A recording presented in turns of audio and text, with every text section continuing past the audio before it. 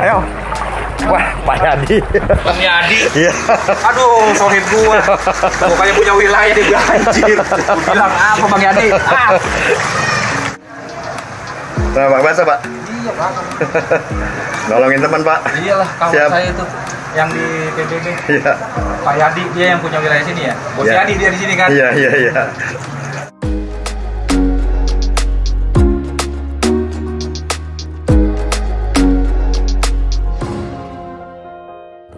Hari ini hari Senin tanggal 8 Februari 2021.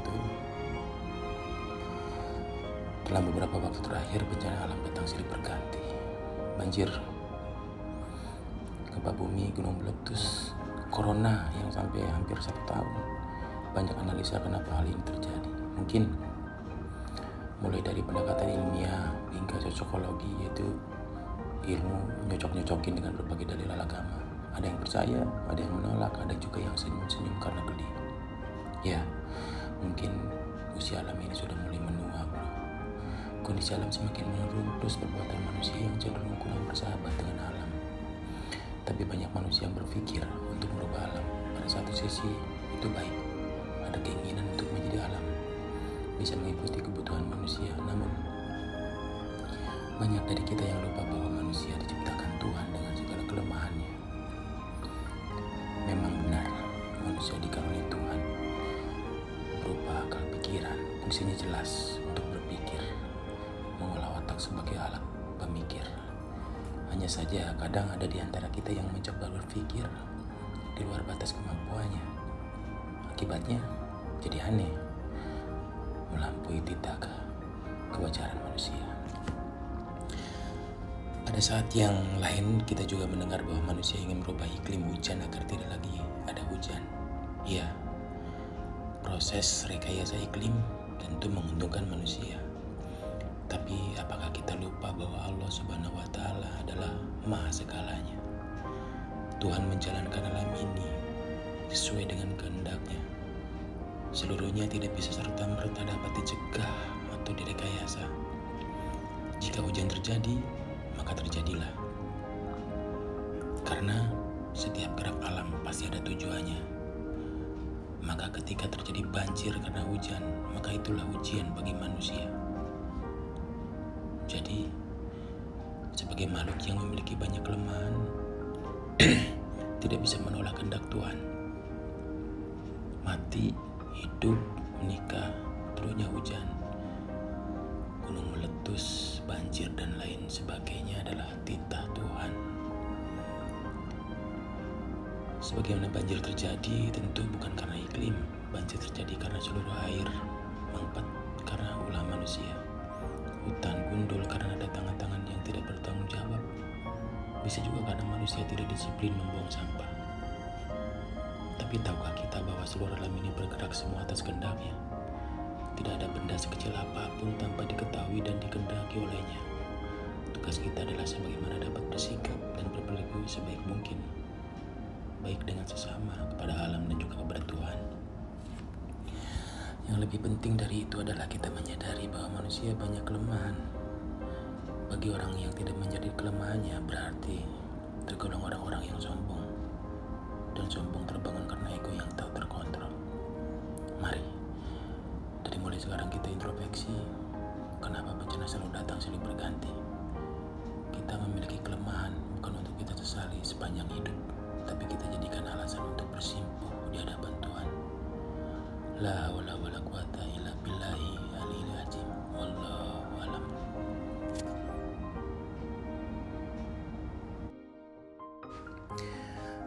Ada beberapa kutipan renungan untuk manusia yang harus menyadari kelemahannya. Yang pertama adalah hadapi musibah dengan tawakal dan selalu muhasabah. Bukankah musibah yang beruntun agar manusia segera tunduk pada Rabb-Nya, tunduk pada aturannya secara kafah. Yang kedua, bencana alam adalah pengingat bagi kita bahwa kita harus lebih memperhatikan keseimbangan alam dan lebih memperhatikan kemanusiaan. Yang ketiga, hadapi nikmat dengan syukur dan terimalah musibah dengan rasa sabar. Yang keempat, salah siapa-siapa, tetapi ini adalah bentuk ujian yang diberikan Tuhan kepada kita supaya kita bisa menjadi lebih baik lagi ke depannya. Jadikanlah cobaan sebuah pelajaran. Jangan pernah mengeluh karena kesusahan, karena di situ kita diajarkan untuk menjadi orang yang bersabar. Bersabarlah wahai saudaraku yang saat ini terkena bencana alam. Kalian akan diangkat derajatnya dan semoga apa yang menimpa ini segera berakhir dan diganti dengan kebahagiaan. Orang optimis akan melihat adanya kesempatan dalam setiap musibah, sedangkan orang pesimis melihat musibah dalam setiap kesempatan. Jangan benci air ketika banjir, dia cuma nempang lewat. Karena tempatnya lewat dipakai sampah bekas manusia. Orang yang kuat adalah orang yang sabar dan ikhlas ketika ditimpa musibah. Sebagai penutup, ini yang paling penting menurut saya, hidup bukan tentang bersabar menunggu banjir surut, tetapi tentang belajar menjaga lingkungan agar bersahabat dengan hujan. Close enough to be happy. Thank you very much bagi yang sudah menonton. Jangan lupa share kepada yang lainnya. Terima kasih.